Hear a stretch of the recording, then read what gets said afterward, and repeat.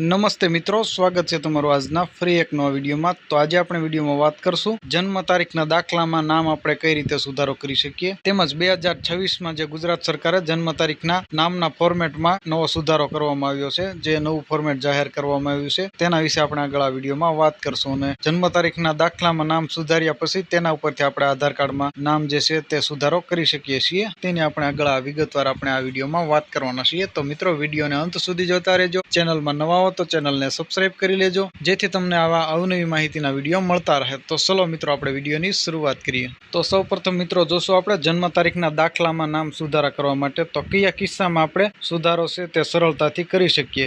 जो तमारा दाखलामां नीचे मुजबनी नानी भूलो होय तो स्थानिक नगरपालिका के जोनल ऑफिस द्वारा तमे तमारा जन्म तारीखना दाखलामां सुधारो करी शको। जेम के स्पेलिंगमां भूल, दाखला तरीके तमे અહીં જોઈ શકો છો મિત્રો સ્ક્રીનમાં ચિરાગ ને બદલે સિરાગ, જી ને પાછળ ઈ લગાડેલો છે, તો ઈ જે છે दूर करो छे ते तमे नजीकनी जोनल ऑफिस के नगरपालिकामां जईने ते सुधारो करावी शको छो। त्यार पछी गुजराती लखवामां काना मात्रनी भूल होय, धारो के पिता के माताना नाममां अटकनी क्षति, अटकमां भूल रही गई होय, अथवा जन्म समय मात्र बेबी ऑफ बाळकनुं नाम न लखेલું होय, मात्र माता पितानुं ज नाम लखेલું होय अने जे बाळकनो जन्म थयो छे तेनुं नामकरण करवानुं बाकी होय अने आपणे जन्म तारीखनो दाखलो कढावी लीधो होय तो पाछळथी बाळकनुं नाम जे छे ते एड करी शकाय छे। तो आवा नाना मोटा सुधारा छे ते नगरपालिका ऑफिस अने जोनल ऑफिस द्वारा थई शके छे। त्यार पछी मित्रों जन्म तारीखना दाखलामां आखुं नाम बदली शकाय तो बदली तो शकाय मित्रों, पण तेनी प्रोसेस जे छे थोड़ी हार्ड होय छे। तेनी आपणे वात करीए तो कायदा मुजब जे रजिस्टर जूना रेकॉर्डने भूसी शकता नथी, परंतु जो तमारे नाम संपूर्णपणे बदलવું होय तो नीचे मुजबनी जे प्रोसेस छे ते तमारे करवी जोईए। सौ प्रथम सोगंदनामું तमारे नोटरी पासे जईने एक सोगंदनामું करવું પડે છે કે मारे जूનું नाम एक्स હતું ને હવેથી મારું જે નવું નામ છે તે વાય નામથી ઓળખાય છે, એટલે કે एक्स તરીકે નામ તમે કોઈ પણ લઈ શકો અને વાય તરીકે કોઈ પણ નામ રાખી શકો છો, જે આપણે ઉદાહરણ તરીકે એક્ઝામ્પલ તરીકે લીધું છે। ત્યાર પછી સરકારી ગેજેટ સૌથી મજબૂત રસ્તો એ છે કે ગુજરાત સરકારના ગેજેટમાં નામ બદલવાની જાહેરાત આપવાની હોય છે। ત્યાર પછી એકવાર ગેજેટમાં તમારું નવું નામ આવી જાય પછી જન્મનો દાખલો જૂના નામે હોય તો પણ ગેજેટની નકલ સાથે રાખવાથી તે પાસપોર્ટ કે અન્ય દરેક જગ્યાએ માન્ય ગણવામાં આવે છે। તો તમારા સોગંદનામું જે છે તે વકીલ પાસેથી કરાવી લેવાનું હોય છે। તમારે જે જૂનું નામ દાખલામાં છે તેના ઉપરથી અને નવું નામ જે તમે રાખવા માંગો છો તે બંનેનું સોગંદનામું તમારે કરાવી લેવાનું હોય છે। અને ત્યાર પછી सरकारी गेजेट करवा माटेनी जे प्रोसेस है तमारे सरकारी गेजेट करावी लेवानुं छे। पछी सरकार तरफथी दर महीने गेजेट प्रसिद्ध थाय छे, जेमां तमारुं नवुं नाम जे छे ते छापेલું होय छे અને એક પાનામાં તમારું જૂનું નામ છાપેલું હોય છે, તો તે પાનાની તમને ઝેરોક્સ કરી લેવાનું હોય છે અને ગેજેટની એક કોપી છે તે સરકારશ્રી તરફથી તમને પણ આપવામાં આવશે જે ગેજેટ માટે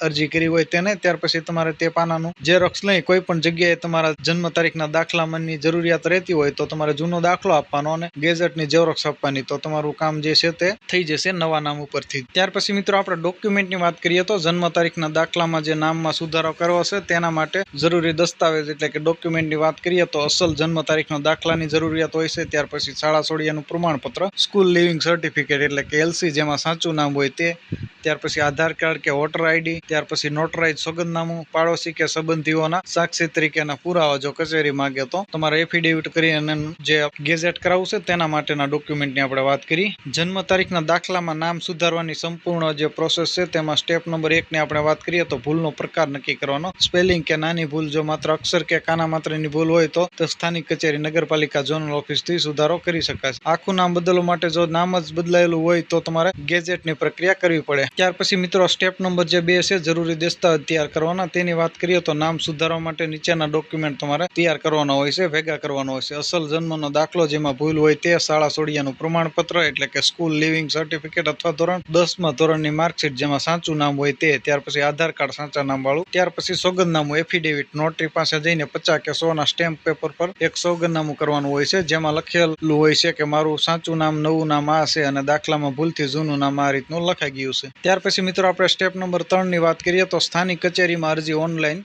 તો તમારે જન્મના સ્થળ મુજબ કચેરી, નગરપાલિકા, ગ્રામ પંચાયત કે કોર્પોરેશનની જે જોનલ ઓફિસ છે ત્યાં તમારે જવાનું હોય છે। ત્યારથી તમારે જન્મ મરણ સુધારા ફોર્મ મેળવવાનું હોય છે, તેની સાથે ઉપર મુજબના દસ્તાવેજો જે છે તે જોડવાના અને રજિસ્ટરને જમા કરાવવાનો હોય છે। અધિકારી તમારા જૂના રેકોર્ડની ચકાસણી કરશે અને જો બધું યોગ્ય જણાશે તો 7 થી 10 દિવસમાં તમારો જે નવો દાખલો છે તે કાઢીને આપી દેતા હોય છે। ત્યાર પછી મિત્રો આપણે ગેજેટની જે પ્રક્રિયા છે, જો નામ આખું બદલાયેલું હોય તો ગેઝેટની પ્રક્રિયા છે તેની આપણે વાત કરીએ તો જો રજિસ્ટ્રાર સુધારો કરવાની ના પાડે કારણ કે કાયદા મુજબ તેઓ રેકોર્ડમાં છેડછાડ કરી શકતા નથી તો આ રસ્તો અપનાવવાનો તમારે ગેઝેટ કરવાનું હોય છે. તો તમારે સૌપ્રથમ ઓનલાઈન અરજી કરવાની e-gazette.gujarat.government.in જે વેબસાઇટ છે તે પોર્ટલ પર જઈને નામ બદલવા માટેનું ફોર્મ ભરવાનું હોય છે. ત્યાર પછી જાહેરાત તમારે એક સ્થાનિક સમાચાર પત્રમાં નામ બદલ્યાની જાહેરાત આપવી પડે છે. પ્રસિદ્ધ થોડા સમય પછી સરકારી ગેઝેટમાં તમારું નવું નામ આવી જશે એટલે કે ગેઝેટ જે દર મહિને છપાય તેમાં તમારું નામ હોય છે જે મેં તમને વિડીયોમાં આગળ કહેલું એ રીતના. ત્યાર પછી ઉપયોગ હવે તમે જન્મના દાખલાની સાથે આ ગેઝેટની કોપી જોડો એટલે બધે જ તમારું નવું નામ જે છે તે માન્ય ગણાશે. તે મેં ઓલરેડી તમને આગળ વિડીયોમાં કહી દીધું એ રીતના હોય છે. ખાસ મિત્રો એક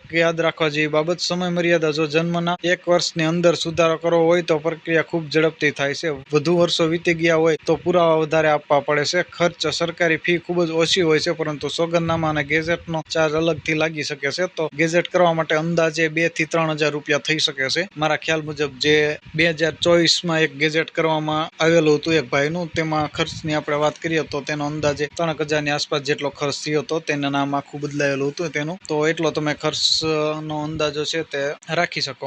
ત્યાર પછી મિત્રો ગુજરાત સરકારના જન્મ અને મરણ વિભાગ તરફથી એક નવો ફોર્મેટ જાહેર કરવામાં આવ્યું છે જે તમે સ્ક્રીનમાં જોઈ શકો છો. જન્મ પ્રમાણપત્ર તે જૂનું ફોર્મેટ છે જેમાં પ્રથમ કોલમ છે નામ લખેલું તેમાં માત્ર બાળકનું નામ જ લખેલું આવતું હતું. તમારે આખું નામ જે છે પાછળ પિતાનું નામ અને પાછળ અટક તો તે લખી આપવામાં નહોતી આવતી જે 2025માં એ રીતનું ફોર્મેટ હતું. તેના લીધે ઘણા બાળકોને આધાર કાર્ડ કઢાવવા માટે પ્રોબ્લેમ થતો હતો. આધાર કાર્ડ આખા નામ વાળું આવતું નહોતું અને આધાર કાર્ડના પ્રોબ્લેમના લીધે સ્કૂલમાં અપાર આઈડી નહોતું નીકળતું જેવા વિવિધ પ્રશ્નો થતા હતા. જેને ધ્યાનમાં લઈ સરકાર શ્રી તરફથી 2026માં જે જન્મ પ્રમાણપત્રનું ફોર્મેટ છે તે નવું કરવામાં આવેલું છે અને જેમાં પ્રથમ લાઈન છે બાળકનું નામ તેમાં તે બાળકનું નામ ત્યાર પછી તેના પિતાનું નામ અને ત્યાર પછી અટક જે એક જ લાઈનમાં આખું નામ લખી આપવામાં આવે છે. ફર્સ્ટ નેમ, લાસ્ટ નેમ અને સરનેમ. તો આવી રીતે 2026માં જે છે તે નવું પ્રમાણપત્ર તમને કાઢી આપવામાં આવે છે. નજીકની નગરપાલિકા, ઝોનલ ઓફિસ અથવા કોર્પોરેશન અથવા ગ્રામ પંચાયત જે તમારે લાગુ પડતું હોય ત્યાંથી તમે કઢાવી શકો છો. તો તમારી પાસે જૂનો જન્મ પ્રમાણપત્રનું ફોર્મેટ વાળો દાખલો હોય તો અહીંયા મિત્રો તમે સ્ક્રીનમાં જોઈ શકો છો. આપણી પાસે જે નવું ફોર્મેટ 2026નું છે તે